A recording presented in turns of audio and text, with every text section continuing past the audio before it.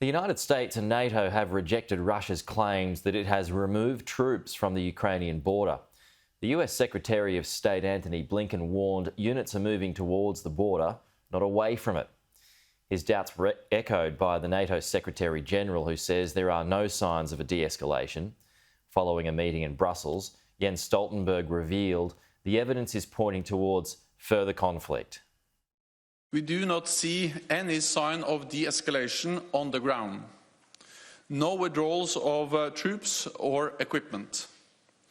This may, of course, change. However, what we see today is that Russia maintains a massive invasion force ready to attack.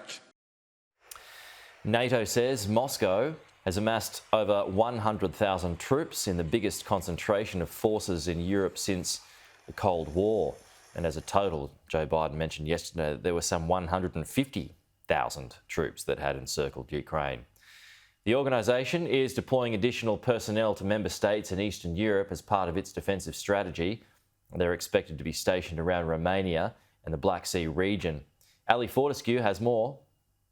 Plenty of scepticism at NATO from the defence ministers about the claims of a Russian pullback. And as this first day of this all-important meeting draws to a close, a real stark message you heard there from Jens Stoltenberg, the Secretary-General at NATO. He talked about a crisis of security in Europe. As you say, he talked about the threats from Russia being a new normal and talked about a long-term change needed in the position, the posturing of NATO troops, and said that there was a potential for more battle groups to be looked at in parts of Eastern Europe. He said that already France were willing to lead a battle group in Romania. So a significant, stark message there from Jens Stoltenberg. No final decision yet on those battle groups, but he said that that was something that military commanders in the member states will be looking at. I'll read you a bit of a statement from the NATO members that was released shortly after